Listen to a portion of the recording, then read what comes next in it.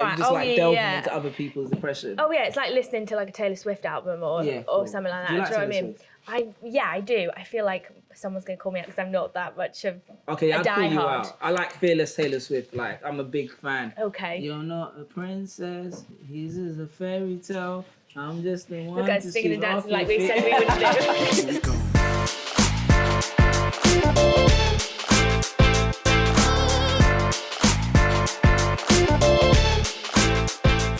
When you was young, what was like your relationship with books? Because I follow you on Instagram and I saw all the books you were sharing and I was like, oh wow, she's really into reading. So where does that start as a teenager for you growing up in Wales? I feel like it started from like TV shows I watched. Like my favourite characters were always the really smart ones.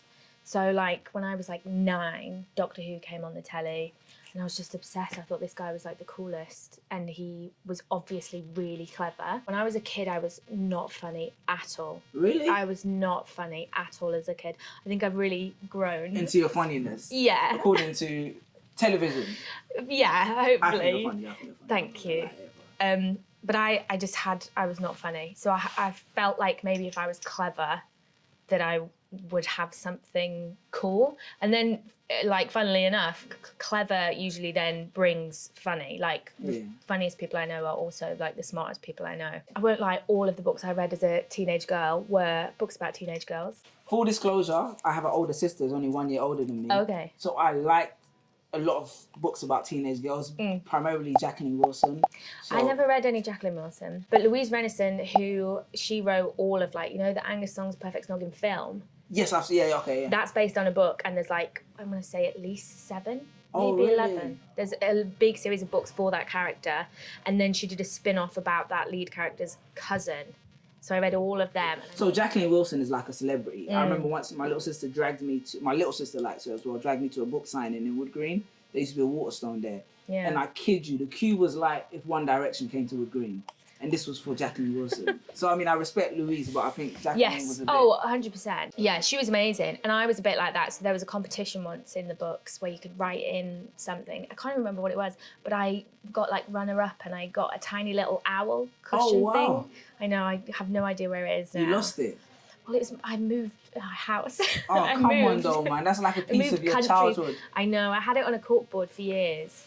And so them and Ali Carter, who I think has since followed me on Twitter, and I remember being she wrote books about like a spy school. And I mean, what kid doesn't read books about True. Yeah. And I loved those. And it was centered on one girl. I think her name was Kat.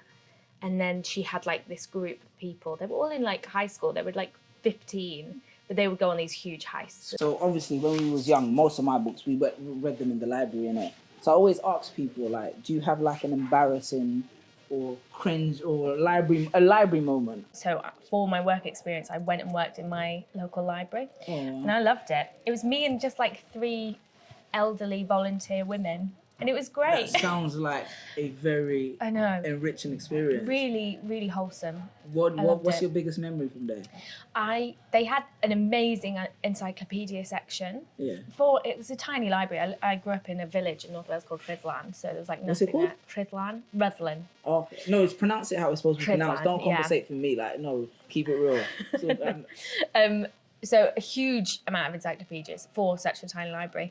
And then one day it was absolutely dead. It was like just me in there, like someone else was on their tea break, no people in for books.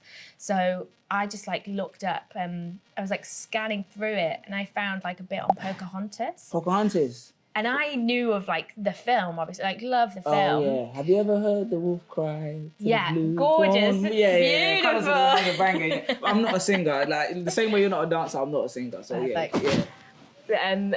But that's all based on a true story. Yes, a very savage true story. Horrific. Yes. And I had no idea. And I must have been about 16, 17 at the time. And there was this story, and she was 16 when all of this. Oh my God, it's 16. the theme. Yeah, she was like 16 when she was like sold off to this like white man to get married to him. And it all just went to, oh God, it's really dark. She was 16. She was 16. I knew the story, but I didn't know she was 16. And I just went from, because all of the encyclopedias were alphabetic, so then it would go, if they mentioned like John Smith or whoever these people were, I'd pull out like the next one and get that page open, just to the point where I had this whole table covered in encyclopedias that were open on Pocahontas's life. Well, did you have any friends? That's a big endeavor to do for a 16-year-old to open encyclopedia. I had some friends. I wasn't the most popular, and I feel like that was pre or like on the cusp of social media. So people, I think like Instagram might have been a thing, but not really. What was 16-year-old Alexa like? What was her ambitions? Oh, I just wanted to win an Oscar within like 2 years. So when That you was was 18? my thing. Oh, I wanted to be one of the youngest. Yeah, okay, cool, cool, which is a noble ambition. Yeah, of course. Generally, you do win an Oscar. Stupid. 2 years after you started acting in your first play. Yeah, and I'm from Wales. Didn't even live in London at the time, but I was like, no, I'll win an Oscar in America. Ambition, though. That's good. Yeah, I think you will win an Oscar at some point. You know, I don't know if it's 2 years from now, but let's probably. No, I want it to be when I'm like about to die. Okay then. Do you know what I mean? Just because like I look at people who are really young who've won these massive awards, and I'm like, God, what are you gonna do now? Yeah, do you know what I mean? The pressure on them. There was a great article years ago about Jennifer Lawrence, and I was about to mention her when she won an Oscar. Yeah. At first, everybody loved her, and she couldn't do anything wrong. But then, as soon as she was like at this peak, suddenly like everything she did was wrong. Yeah. But I want to be at least 50. I don't want to win one any sooner. Cool. My ambitions have completely flipped. Cool. My priorities That's growth, have changed. That's growth. I'll take it. Exactly. I'll take it. Books. Let's talk about after 16-year-old. Like, what was the first book to captivate you? Kind of like that emotionally really like captivated you growing up. We've got some of the books here that I know you're a big fan of. So do any of these mean anything to you? None. The first one that always comes to my mind is Revolution by Jennifer Donnelly, and I read that. My grandparents got it for me for Christmas when I was like 16, maybe even earlier. And that was the first book where I was like, wow, I'm deep and I'm misunderstood, and this book is the only thing that gets me. What's the book about? I don't think I've heard of it. It's about, I'm not gonna lie, I haven't read it in years, but it's about a girl, and I think her name is Alexandra. So close to Alexa, close enough. I see the synergy, yeah. She's having a really hard time with it. Her mum's really struggling with mental health after the death of her younger brother. Oh. So she's sent off to Paris to live with her dad. Her parents have separated for the summer, and she has to write her like thesis, or what's it called when you're at like that? Something like that. Yeah. She has to write that. She's studying music. And he gives her all this help, and she finds this old like guitar case from, it's a genuinely famous French classical musician who played guitar, and they call him like the originator of rock music.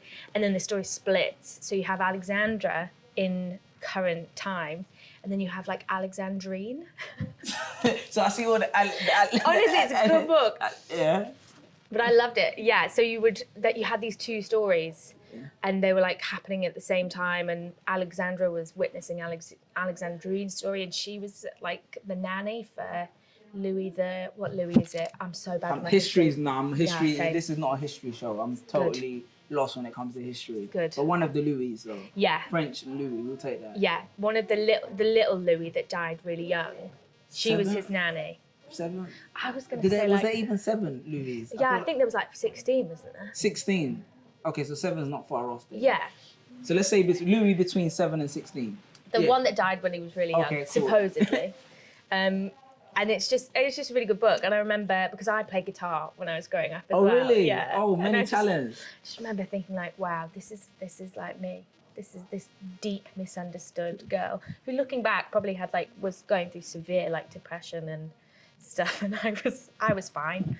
But you saw it. I think that's important for reading. I feel like when we really do escape into novels, it's because we see a part of ourselves in the character in some capacity. Yeah, exactly. And coincidentally, yours shared your namesake. Yeah. So it was meant to be.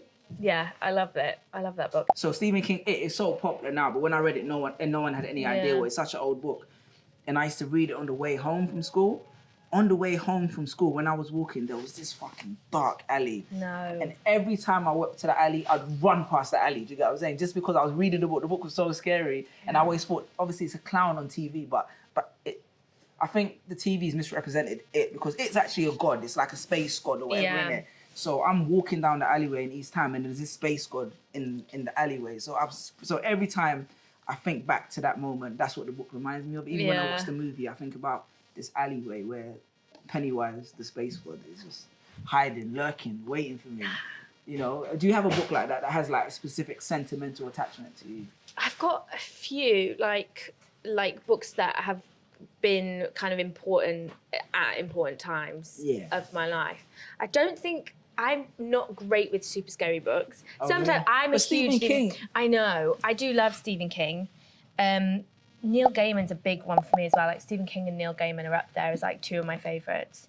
This one is like, The American Gods is always going to be special to me because when I met my boyfriend, when he first started like courting me. Courting, I like that. I like that. That's so proper. We worked together and he was always like, immediately he was not my type. He was really like cool. He was like king of the place, like everybody. Oh, so you're attracted to Originally, I was just like, my thing was like, you needed to be immediately like, I could tell that you were intelligent, and I, not in a bad way, but I didn't get that with my. Wow, Alexa, I'm disappointed. No. That is so. He proved me he hadn't so read wrong. Revolution. No, he's much more well read than me. Like he's amazing, but he I just didn't think that he would get me on an intellectual level. Yeah. And then one day he came up to me and was like, "Have you ever read poetry by Kate Tempest?" Oh, really? I was like, "No." He's really You know, obviously formerly Kate Tempest, now Kate. Yeah. And so he just started going on about all these different things. And then one day he brought in his copy of American Gods by Neil Gaiman and was like, I think you should read this. And I think for him it was a big thing of like, oh, this is the test. Like if she doesn't like Neil Gaiman, then we can't. Then there's make or break. And so I will always like, this is special book for me. That's actually really cute. I feel like people underestimate reading as like a love language. I think that's... So, confession. I like Neil Gaiman, but I feel like I prefer him as a comic book writer. You know, he started out writing Sandman. Yeah, and I haven't read Sandman. Okay, so Sandman is not actually what got me into him. He has a book, it's called 1806. So basically, I'm into comic books. So he reimagines the Marvel universe if they were based in like... Okay. Yeah, it's an amazing... If you're into Marvel lore and the comics, it's such a clever way to depict it. Well, this is kind of... So Thor, Loki, Odin is a huge part of American Gods. So now that you say that, I'm going to give it another try, because what I got to like page 60. It's a big book. And Shadow had just got out of prison, and I didn't know what he was doing. That's just the start, mate. Really? Had you gotten to... This isn't a spoiler. He meets a guy on a plane called Wednesday. No, I hadn't got to... Okay. You need to get to Wednesday. Yeah, he was walking around the ice place, and he was confused, and I was like, I like Shadow, but am I like that invested in... Like, I thought it was American Gods, you know what I mean? Yeah. And then the gods come. They do come. Yeah, they're all in there. They were talking about the god of television, the god of thing, and I was like... But that's so cool. That's the whole... Yeah, because there are some gods that you'll recognise, like Odin and Thor and I know Loki. Nancy, I'm Ghanaian, so Nancy is... Well, have you read Anansi Boys? No, I haven't. Neil Gaiman's... That's one of my favourite Neil Gaiman books, Anansi Boys. Really? Because they're making that into a TV show now. Oh, really? And they made it into a theatre production, I believe, did they? No, maybe I might be wrong. They did Ocean at the End of the Lane. Is that Neil Gaiman as well? Yeah, Neil Gaiman's a G, I'm not going to lie. Yeah. Him and Terry Pratchett are one of the few authors that I've never really had the time to immerse myself in, but I acknowledge, like, you know, they're kind of like, I mean, like, from Coraline, like, he wrote Coraline, you know, the Graveyard Book. Yeah, exactly. I love the Graveyard Book. That's a good book. You know what's so genius about that book? He said that he thought about the Jungle Book, like Mowgli being in the jungle, and he was like, what if this happened in a cemetery? And he said, he thought this is such a cool concept, but he said, he wasn't talented enough to write it at that moment in time. No. So he put it down and then he came back to it later. He goes, I'm probably good enough to write it. And then he went and wrote it. That is a good book. And it feels like such a book for teenagers. But I read it, I think, for the first time, like, when I was like 20 something, and I loved it. Same age. He's a good one. I like children's authors that can kind of like cover the full spectrum. Like you read it as an adult, but still feel like, I'm into this guy. That's Neil. The Stand. Have you read The Stand? So, okay, when we talk about Stevie, I feel like I've disrespected myself when it comes to Stephen King, because one of the books that everyone says is his best book, The Stand, I've never read it. I can't do it. I've started it. I get to a point, I know exactly which point I get to, but it's a massive book. Like, my boyfriend's got it on the shelf at home, and it's thick. It's like at least... Nah, it's bigger than that. It's like it's a hefty book. He actually said that he was going to give up on that book about 300 pages into it. He said he got into it and he was going on a walk. He's like, I'm going to give up on this, but I can't figure out. Because, so Stephen King, for anyone, he's famous for being a pantser. So, you know what pantser is? No. It's a nerdy thing, but it's a writing term where you don't plan your books. Oh, okay. So he just writes. Amazing. Obviously, he did have a massive coke addiction, which kind of enabled him to kind of and drink. That was a big addiction. Yeah, so it's kind of zone out. But he just write without planning the books. So he could get to points in books where he's like, I don't know what I'm doing. Yeah. And he was like, I'll just abandon it. And he was gonna do that with The Stand, and he had a eureka moment. And I mean, unanimously, everyone says that's his best book, but you've never finished it. I've never finished it. So, I can't, and I have never finished. And maybe controversial. I don't feel bad saying it in front of you because I know you haven't read it. The Shining. I've tried 6 times. I think The Shining is his most overrated. Really? I just can't get into it. I think maybe because of what the film became, everyone's kind of attributed this kind of reverence to it. But for me, I want to read it because I want to read Doctor Sleep, I have this issue where I hate watching a movie when I haven't read the book in its entirety because I feel like in the book you really appreciate it. Then when you get to the film, you're kind of just referencing it in a different way. Favorite Stephen King book? Institute, easily. Oh, and Dead Zone. Dead Zone is very, very good. Dead Zone is very, very good. I love Dead Zone. When I finished Dead Zone, I wished it was twice the length. Oh, there's a twist at the end, right? It's a crazy twist at the end of it. It reads as 3 short stories. It's not, but there's I don't know, it reads as little bits. Yeah. Because of his kind of power that he gets from this awful So he can see accident. The future and stuff like that. Yeah, I remember. Basically. Yeah. So there's a crime that he helps solve, and that's one chunk of it. There's this whole love story that he has, which is a chunk of it, and then the ending. Assassination kind of. Yeah. Yeah. So I when I finished Dead Zone, I was like, oh, I could have read that if it was, or I could have done a whole series of, if he released 6 books about this character, I would have read them all. I love that. What's your favourite Stephen King book? Then now they're on to Stephen King because I really love Stephen King. I love The Institute. I've got the hardback. Okay, so you're diehard. Hardback is it means you're on it. Yeah, it means you're reading it on the train, in the toilet, on the bus, and you don't want it to get damaged. That's what I need. Yeah. But this is beautiful. This is this is For me, Misery. Have you ever read Misery? Oh yeah. Misery is a dope book. Misery for me, that's his best book. Yeah, Misery is up there. And it's nice as well because Misery felt like one of his really earliest, and this is one of his most recent. And for me, they're so different, and I think really different in style. But yeah, both of them. But this is the most recent book I've read that just floored me at the end. It's so sad. It's so beautiful. I can feel the emotion, and even when you're holding it. I'm definitely going to read it. You have to read that. I will, 100%. I'm a big Stephen King fan. Yeah. Have you ever read Jonah Hill? Jonah Hill? It's his son. Wait, Jonah Hill. Jonah Hill's a popular comedy actor. He's an actor in it. Oh, shit. What is his son's name? What is his son's name? I don't know. I'm sure his son's name I know what you mean, though. Because doesn't he co-write sometimes? Oh, no, am I thinking of... They co-write together sometimes, yeah. His son wrote Horns, which is with Daniel Radcliffe. Oh, I've seen that film. And his son wrote a book, very good book with Nosferatu. Yes. That's his son. Yeah. It's Jonah Hill. I feel like it's Jonah Hill. You're gonna make me feel like I don't know. No, I trust you.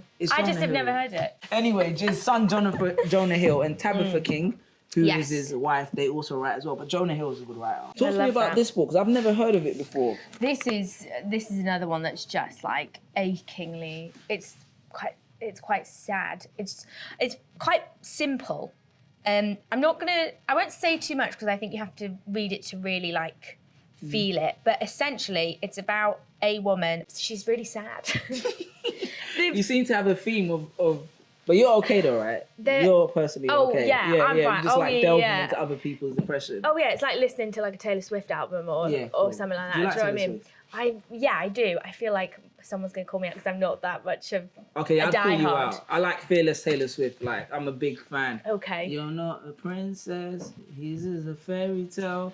I'm just the one. Look, I was singing and dancing like we said we wouldn't do. No, I like early Taylor Swift. I'm not Shake It Off Taylor Swift. Not so much, but early Taylor Swift, you feel like a teenage girl. Not that I feel like a teenage girl, but you would feel like... That's brave. No, I'm just being honest. You're putting this on the internet. This is real talk. One thing about me, I'm transparent. Taylor Swift actually helps me a lot. That's so nice. I feel like I said too much now. I feel like that I don't know needs her to be the personally. tagline for this. Taylor Swift actually helped me a lot. Welcome to... Let's get on to this book about... It's, how do you pronounce it? What is the title? Eleanor Oliphant is Completely Fine. Yeah, cool. And it's just really simple, but it's really beautifully written. And like, it's just so sad. And this was one I read that I was just like, oh, do you sometimes ever read a book and then you struggle a bit? Because it's so sad that you're like, oh, I'm gonna... Yeah. Or like, I like reading quite a bit about true crime, and I read a book recently called Love Always Mum, which was written by one of the daughters of Fred and Rose West. Who are they? Famous murderer couple. And they buried somebody in their garden, houses. and the baby as well. Yeah, they killed a baby. Yes. Yeah, Or they that's killed what their I'm about. daughter. Yeah. And that was one where every now and again I'd just be like, oh, I think that's enough for today. Seriously, that sounds... I'll read a bit of like Tina Fey or something now and lift the mood. How factual is it? Well, she's writing about her childhood because she was there. She was like, Fuck, I that's remember. intense. Yeah, it is. But this was another one where at times this just gets so like, oh, you're like, okay, I finished that chapter.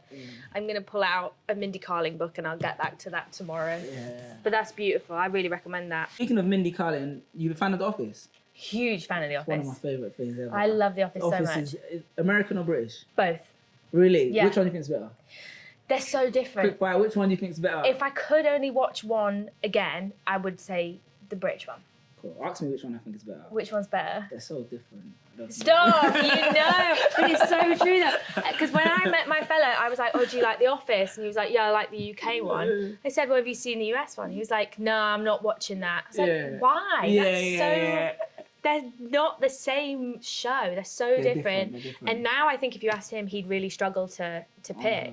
They are two different shows. I feel like they start off in the same setting, but I feel like, first of all, I love Ricky Gervais. I think David Brent is like just like one of the most iconic characters ever. Amazing. Yeah, he's so funny. And then, but then when you go to the American Office, I feel like when you have Dwight, Kelly, Stanley, Creed, all of them as an ensemble, then you have like a completely different show with so many characters that you can fall in love with. And I feel like the UK one, it kind of like, it was David Brent and a few other, but you didn't really get that same connection. Yeah, I know what you mean. So you read a lot of biographies from actors then? No. Well, I do. Well, basically any woman in America that works in comedy. Full stop.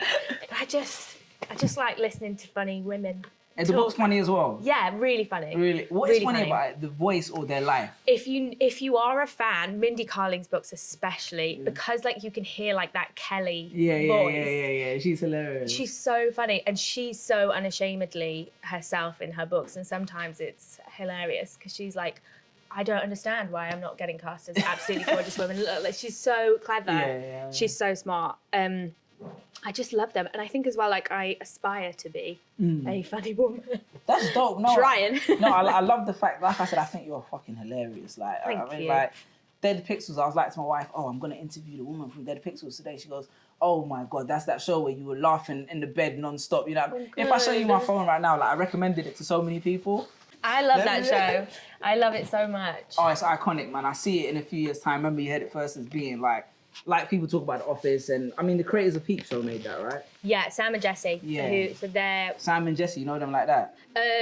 Yeah, I would say I know Sam more because Jesse's busy now. Jesse writes, he's a creator of Succession now. Oh, really? Yeah, so the actual creator of Dead Pixels is a man called John Brown, and he wrote all of it apart from one episode of all of Dead Pixels, and he is one of the funniest people I know. But he also writes, he wrote... I think he wrote one called Loaded for Channel 4. He's written on everything, like Fresh Me, all of that. Okay, and now he works on Succession now as well with Jesse. But yeah, they've created so much, and that was really nice. To it's a great experience. Solid team. No, yeah, you're in a great place, and I can't wait till the future to see where that show goes. I just think it's just so great, and obviously with Raised by Wolves, I mean, I love the whole premise of that and seeing like another side. Usually it's just London, like show, you know what I mean? But I like that whole experience.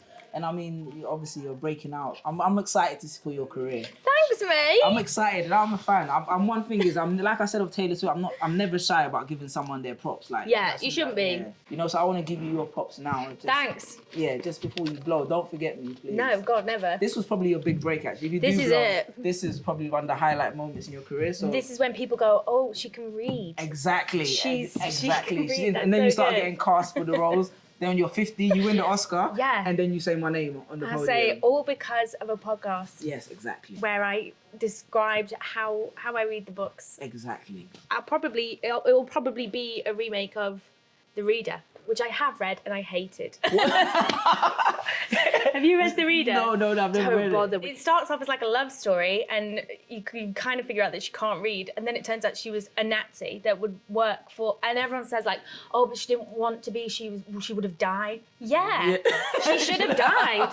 You're telling me you'd rather be a Nazi than die an honest person. Yeah. Okay, let's wrap up. I want to ask you about one last book, actually, that I saw you on your Instagram, the Neil deGrasse Tyson book. Yeah. So if you're going to recommend 2 books to anybody watching, what would those books be? Those 2. Neil deGrasse Tyson has got 2, and they're brilliant. One is Letters from an Astrophysicist, where it's just the best thing about the books as well is they're tiny and they're so pretty. So even if you don't read them, just buy them and put them somewhere. Yourself, yeah. But they are Letters from an Astrophysicist is him just replying to anything. So it can be like some guy just messaging in about a question that he's got, or like he's received a letter from a kid and he's replying to that. That's a clever concept. It's really nice. He just explained, I love science and I love the universe. Oh, really? Yeah. So you did end up being an intellectual then? I was fulfilled your always 16 intellectual. Yeah, you manifested it. Yeah. Yeah, I'm exactly. proud of you, yeah. Thank you. And his other one is like physics for people in a rush, or physics for people with a short amount of time, or something like that. Yeah. Again, it's a tiny little book, and he just explains, like in layman's terms, some of the best bits about the universe and why the universe is so cool. That sounds deep. And I think we were talking earlier about like, I feel like when I was younger, I really had to rush a lot and achieve so much. But I feel like when I read those books and understood how massive the universe is, and I think for some people it's not helpful, but when you realise how not important you are, No, it's not in a bad way. Yeah. But like the most important thing is that when you are given a chance at life, is that you just do what you want to do and do whatever makes you happy, because at the end of the day, without it being bad, nobody cares and no one's ever gonna care. No, I think that's perfect. We are tiny things on a massive rock in the middle of an infinite space.